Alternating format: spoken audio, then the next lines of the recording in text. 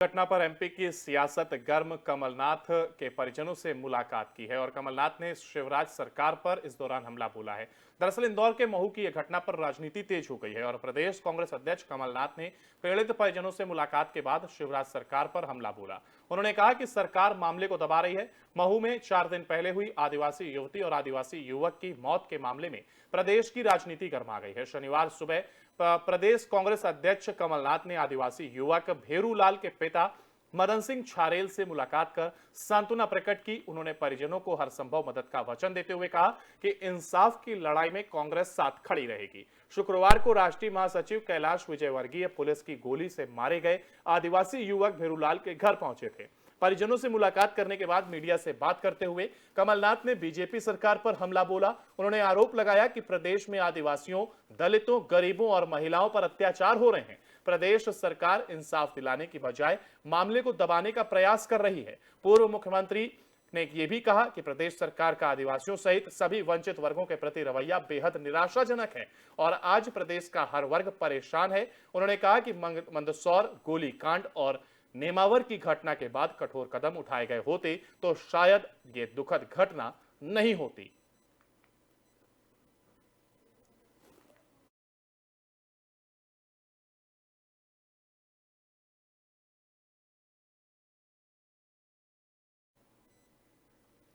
और आकाशीय बिजली गिरने से महिला की मौत का यह मामला सामने आया। दरअसल आकाशीय बिजली से 3 लोग झुलसे हैं और वहीं ये बिजली से कई मवेशी भी जिनकी जान चली गई है। मध्य प्रदेश में पिछले कुछ दिनों से बारिश और ओलावृष्टि का दौर जारी है। प्रदेश में शुक्रवार को सबसे अधिक 3 सेंटीमीटर बारिश नटेरन में दर्ज की गई और मध्य प्रदेश में शुक्रवार को ही बिजली गिरने की घटनाओं में धार, नर्मदापुरम, सागर, बैतूल, रायसेन और अशोकनगर जिले में 8 लोगों की मौत होने की खबर है।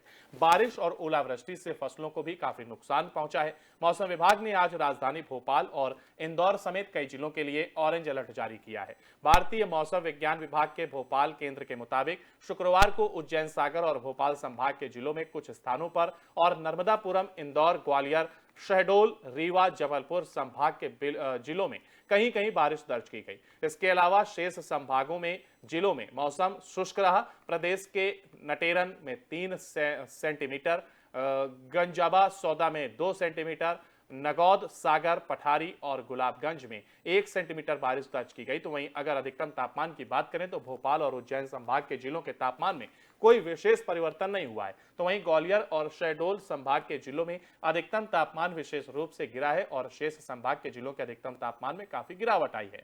खंडवा प्रदेश का सबसे अधिक गर्म स्थान रहा। तो वहां शुक्रवार को अधिकतम तापमान 35.8 डिग्री सेल्सियस दर्ज किया गया। वहीं सबसे कम न्यूनतम तापमान छिंदवाड़ा में 14.8 डिग्री सेल्सियस दर्ज किया गया।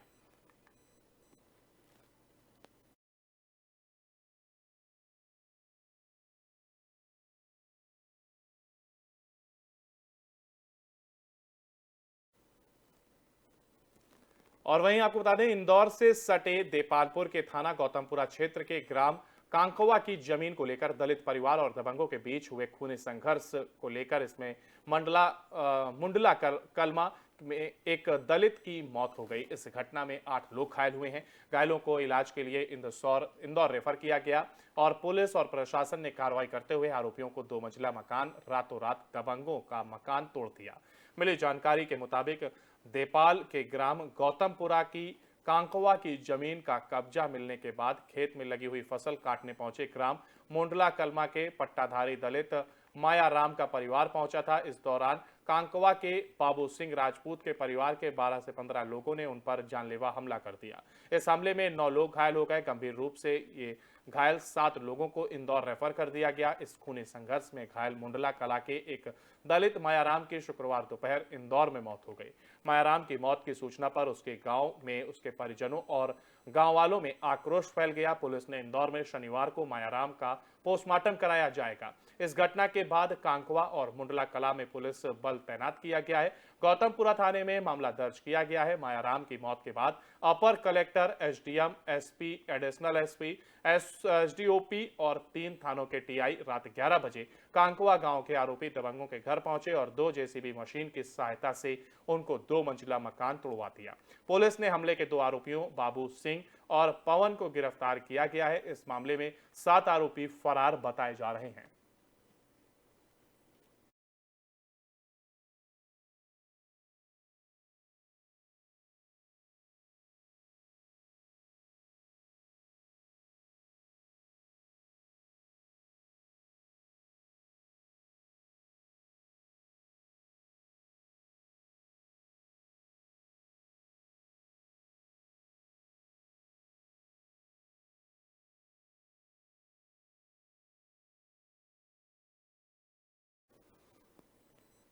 और डोंगरगढ़ में कलेक्टर डोमन सिंह की अध्यक्षता में मां बमलेश्वरी मंदिर परिसर में 22 मार्च से प्रारंभ चैत्र नवरात्रि आयोजन के संबंध में मेला समिति और विभागीय अधिकारियों की बैठक आयोजित की गई। इस अवसर पर बैठक में मेला के सफल आयोजन के लिए महत्वपूर्ण निर्णय लिए गए।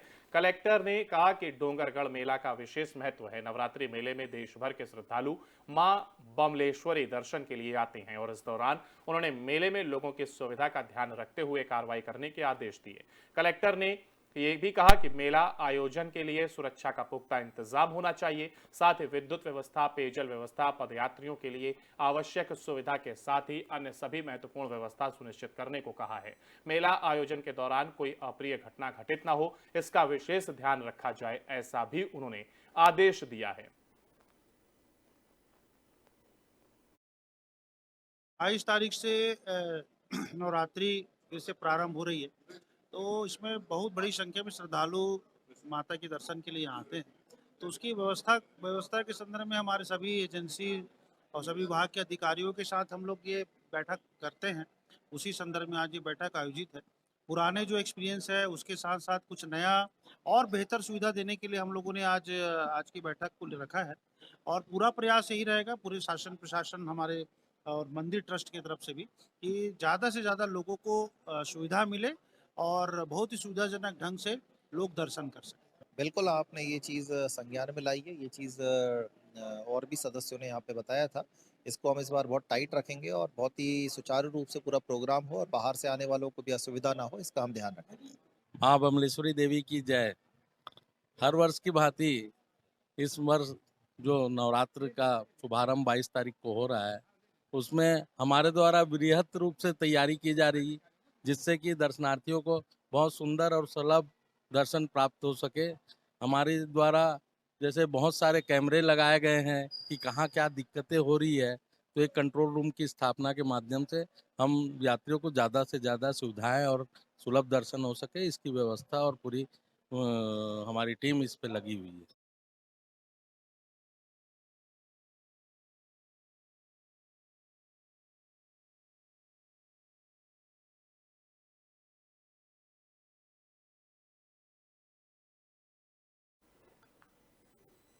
और वहीं खबर अब भिंड से है, जहां पर उपाध्यक्ष के समर्थकों ने थाने का घेराव। विधायक संजीव सिंह भी इस दौरान वहां पर पहुंचे और सिटी कोतवाली भिंड सिटी कोतवाली में जनपद अध्यक्ष, उपाध्यक्ष और जनपद सीईओ के बीच तीखी नोकझोंक का वीडियो वायरल हुआ था। आपको बता दें कि इसको लेकर के जनपद अध्यक्ष और उपाध्यक्ष के समर्थक एफआईआर दर्ज कराने के लिए सिटी कोतवाली थाना परिसर में धरने पर बैठे थे। वहीं विधायक संजीव सिंह भी धरने पर बैठे कार्यकर्ताओं के समर्थन में सिटी कोतवाली में पहुंचे थे, जिसके बाद अज्ञात बंदूकधारियों के खिलाफ मामला दर्ज किया गया। सिटी कोतवाली प्रभारी शिव बताया कि करीब आधा दर्जन अज्ञात लोगों के खिलाफ ये मामला दर्ज किया गया है। तो वहीं आधा दर्जन बंदूकधारियों के खिलाफ ये पूरा मामला दर्ज किया गया है। वहीं आपको बता दें कि शिव सिंह यादव ने ये बात बताई है कि करीब आधा दर्जन अज्ञात लोग वहां पर थे जिनके खिलाफ ये मामला दर्ज किया गया है। और इस दौरान क्या कुछ कहा गया, आइए आपको वो भी सुनवाते हैं।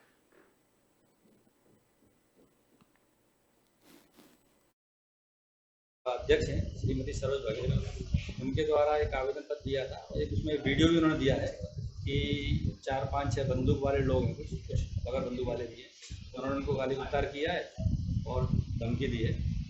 और चूँकि माननीय कलेक्टर महोदय द्वारा एक आदेश पारित किया गया है कि बंदूकों को लेकर आम स्थान पर नहीं जाएंगे, तो उन्होंने एक एफआईआर करवाई है कि कुछ अज्ञात लोगों द्वारा इस तरह से बंदूक लेकर घुसे और गाली गलौज की है। तो हमने अज्ञात लोगों के खिलाफ एफआईआर दर्ज कर ली है। अब विवेचना में जो भी तथ्य आएंगे उसके आधार पर कार्रवाई की जाएगी। कितने जो एफआईआर की है, क्या निकल के आया है? अभी एफआईआर हुई है, उसके बाद वीडियो को देखेंगे, उसमें से लोगों को आइडेंटिफाई करेंगे और उसके बाद जो लोग होंगे उन पर जो वैधानिक कार्रवाई की जाएगी। कितने अज्ञात लोग हैं? 6-7 लोग करीबन है। सोशल मीडिया पर एक वीडियो वायरल हो रहा है, उसमें कई लोग बंदूकधारी दिखाई दे रहे हैं। वो वही वीडियो इन्होंने जो है क्या नाम है हम लोगों को ला कर दिया है, उसी के आधार पर एफआईआर हुई है। नहीं ऐसा नहीं है, वो अभी आई क्योंकि दिखाने के लिए हो रहा है, तो जांच तो थोड़ी करनी पड़ती है, देखना पड़ता है प्रथम दृष्टया क्या स्थिति। क्योंकि वो सुबह से धरने पर बैठे हुए थे खाने के बाद। नहीं धरने पर तो नहीं बैठे, तो लोग आए थे, वो अपनी बात हमको बता रहे थे, उनकी बात हमने समझी और चूंकि वीडियो में दिख रहा है तो उस आधार पर कुछ लोग मुरैना से आए, उनके पति जैसे कि, तो क्या है पुलिस पर विश्वास नहीं था कि कुछ ही दूरी पर पुलिस को नहीं बुलाया गया, अपने पति को बुलाया गया, क्या वजह? ये सब चीजें विवेचना में आ जाएंगी, कौन कहाँ से आया था, सारी चीज विवेचना में आएंगी, उसके बाद कार्रवाई की जाएगी। तो क्या आरोप क्या लगाया था, किस आधार पर जो एफआईआर हुई है? नहीं इन्होंने तो बताया कि आकर के उन्होंने गाली गलौज किया बंदूक लिए हुए, वो बंदूकधारी कौन है वही हमको पता लगाना है। चाहते क्या थे, किस पे एफआईआर चाह रहे थे? उन्होंने सी मैडम पे एफआईआर की बात कर नहीं उन्होंने तो अज्ञात के खिलाफ दिया हुआ है। अध्यक्ष हैं श्री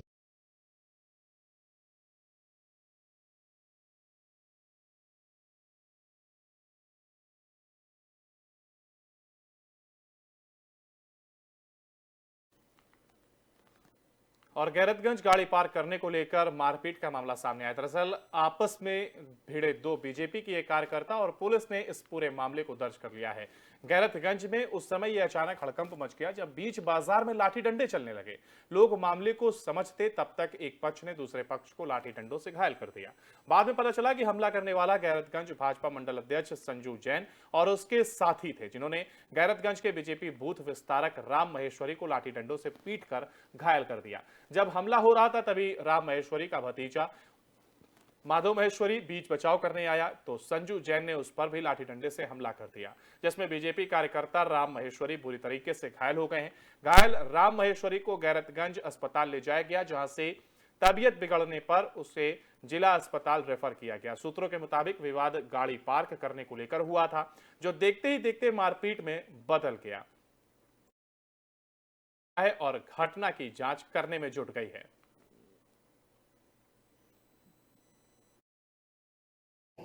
हुआ सर, दरअसल ये हुआ कि हम लोग की आगे दुकान है मेन रोड पे गैरतगंज में, पुल के पास में ही।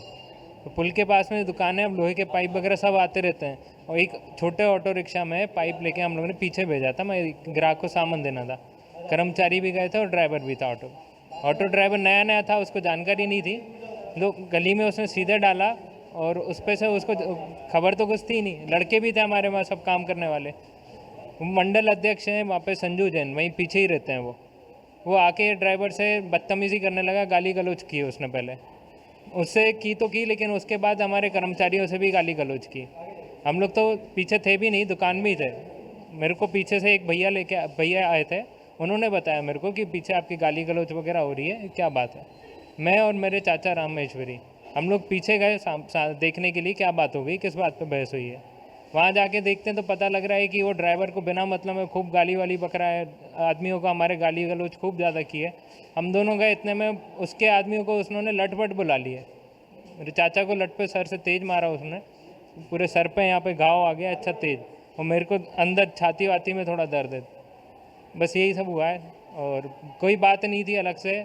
पता नहीं क्यों अपना उसने पावर का जो प्रेशर दिखाया है वो जायज़ नहीं था बिल्कुल भी। किस पार्टी के मंडल अध्यक्ष हैं? ये बीजेपी के हैं, संजू जैन नाम है इनका, संजू जैन। पहले से कोई विवाद था? पहले से कोई विवाद नहीं है, रास्ता सबका है, गाड़ियों का आना जाना तो लगा ही रहता है। अब कोई किसी ने गाड़ी खड़ी कर दी तो उसमें हमारा भी दोष नहीं ना उनका दोष, लेकिन आप उस पर विवाद करोगे तो ये कोई मुद्दा तो है नहीं।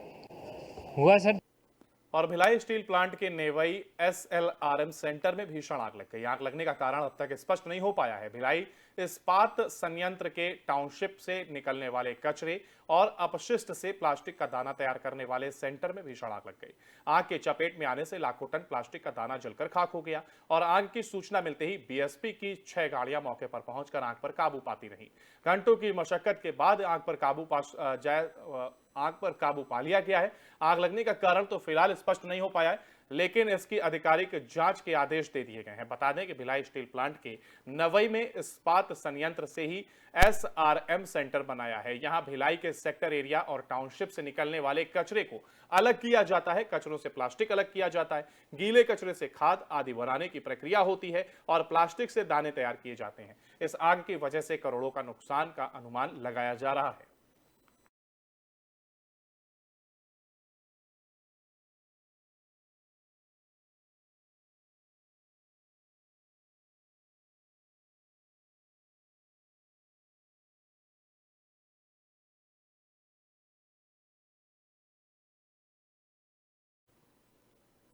और इसी के साथ मध्य प्रदेश और छत्तीसगढ़ से इस बुलेटिन में फिलहाल इतना ही। बाकी की तमाम अपडेट के लिए और अपने शहर से जुड़ी हर छोटी बड़ी जानकारी को जानने के लिए आप बने रहिए FM न्यूज के साथ। नमस्कार।